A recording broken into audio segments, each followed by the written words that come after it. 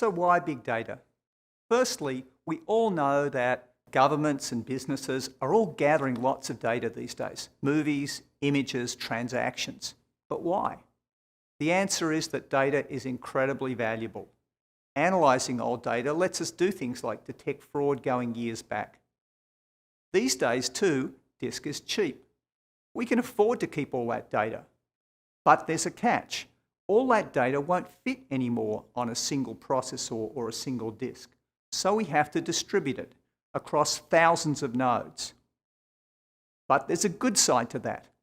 If it's distributed and we run in parallel, we can compute thousands of times faster and do things we couldn't possibly do before. And that's the trick behind Hadoop. Okay, how does Hadoop work? Suppose what I wanted to do was look for an image spread across many hundreds of files. So first off, Hadoop has to know where that data is. It goes and queries something called a name node to find out all the places where the data file is located. Once it's figured that out, it sends your job out to each one of those nodes. Each one of those processors independently reads its input file. Each one of them looks for the image and writes the results out to a local output file. That's all done in parallel. When they all report finished, you're done. Okay, we've seen one simple example of what you might want to do with Hadoop, image recognition. But there's a lot more to it than that. For example, I can do statistical data analysis. I might want to calculate means, averages, correlations, all sorts of other data. For example, I might want to look at unemployment versus population versus income versus states. If I have all the data in Hadoop, I can do that. I can also do machine learning and all sorts of other analysis. Once you've got the data in Hadoop, there's almost no limit to what you can do. Okay, we've seen that in Hadoop, data is always distributed, both the input and the output. There's more to it than that. The data is also replicated. Copies are kept of all the data blocks so that if one node falls over, it doesn't affect the result. That's how we get reliability. But sometimes we need to communicate between nodes. It's not enough that everybody processes their local data alone. An example is counting or sorting. In that case, communication is required. And the Hadoop trick for that is called map reduce. Let's look at an example of how map reduce works. What we're going to do is take a little application called count dates that counts the number of times a date occurred spread across many different files.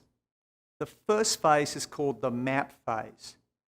Each processor that has an input file reads the input file in, counts the number of times those dates occurred, and then writes it as a set of key value pairs. After that's done, we have what's called the shuffle phase. Hadoop automatically sends all of the 2000 data to one processor, the 2001 data to another processor, the 2002 data to another processor. After that shuffle phase is complete, we can do what's called a reduce. In the reduce phase, all of the 2000 data is summed up and written to the output file. When everybody is complete with their summations, they report done, and the job is done. Okay, we've seen a couple of great examples of how Hadoop works. The next question is, how does Hadoop compare to conventional relational databases? Because they've dominated the market for years. We've seen one big difference, which is that in Hadoop, data is distributed across many nodes, and the processing of that data is distributed. By contrast, in a conventional relational database, conceptually all the data sits on one server in one database. But there are more differences than that. The biggest difference is that in Hadoop, data is write once, read many. In other words, once you've written data, you're not allowed to modify it. You can delete it, but you can't modify it. By contrast, in relational databases, data can be written many times, like the balance of your account. But in archival data, which Hadoop is optimized for, once you've written the data, you don't want to modify it. If it's archival data about telephone calls or transactions, you don't want to change it once you've written it. There's another difference too. In relational databases, we always use SQL. By contrast, Hadoop doesn't support SQL at all. It supports lightweight versions of SQL, called NoSQL, but not conventional SQL. Also, Hadoop is not just a single product or platform. It's a very rich ecosystem of tools and technologies and platforms, almost all of which are open source and all work together. So what's in the Hadoop ecosystem? At the lowest level, Hadoop just runs on commodity hardware and software. You don't need to buy any special hardware. It runs on many operating systems. On top of that is the Hadoop layer, which is MapReduce and the Hadoop distributed file system.